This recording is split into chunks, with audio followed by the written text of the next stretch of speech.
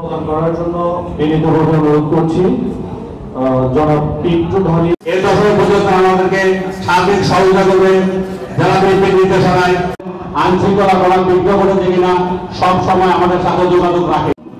সাধারণ সম্পাদক নির্বাচিত হই এবং 2015 সালে যে দুটি পূজা মণ্ডপ হয়েছে সেই দুটি পূজা মণ্ডপে কার্যকরী যারা কার্যকরী যারা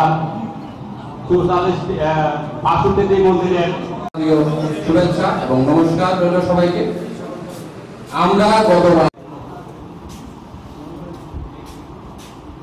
উপস্থিত উপজেলার সভাপতি সমাধান পক্ষায় এবং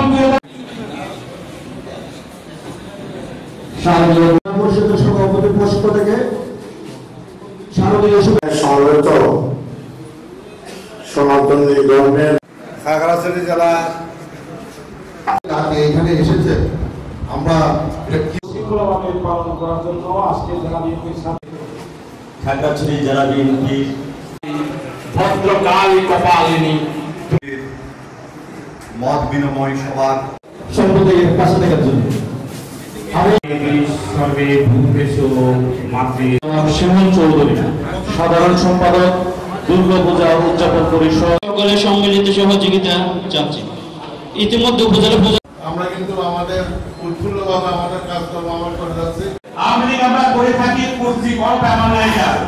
আওয়ামী লীগের যারা আমাদেরকে অবশ্যই রানী শীষে ভোট দিতে হবে। উদযাপন পরিষদের পক্ষ থেকে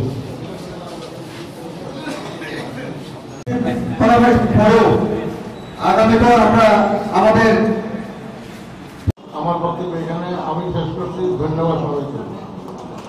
যারা বিএনপির সিনিয়র নেতৃত্বকে আবারও সাধারণ সম্পাদক এবং সমবেত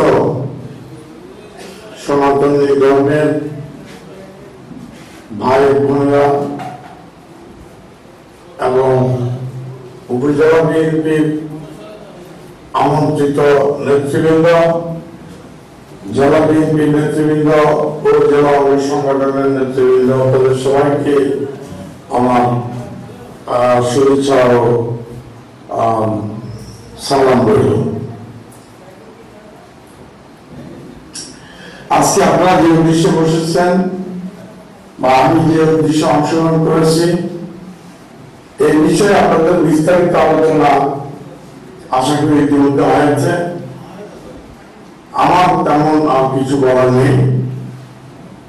আমার এইটুকুই বলবো যে শারদীয় দুর্গাপূজার শুভেচ্ছা রইল এবং আপনাদের পূজা যেন সুন্দরভাবে হয়, নিরাপদ হয়, সে ব্যাপারে আমরা আন্তরিকভাবে আপনাদের সাথে হাতে হাত মিলিয়ে কাজ করতে চাই।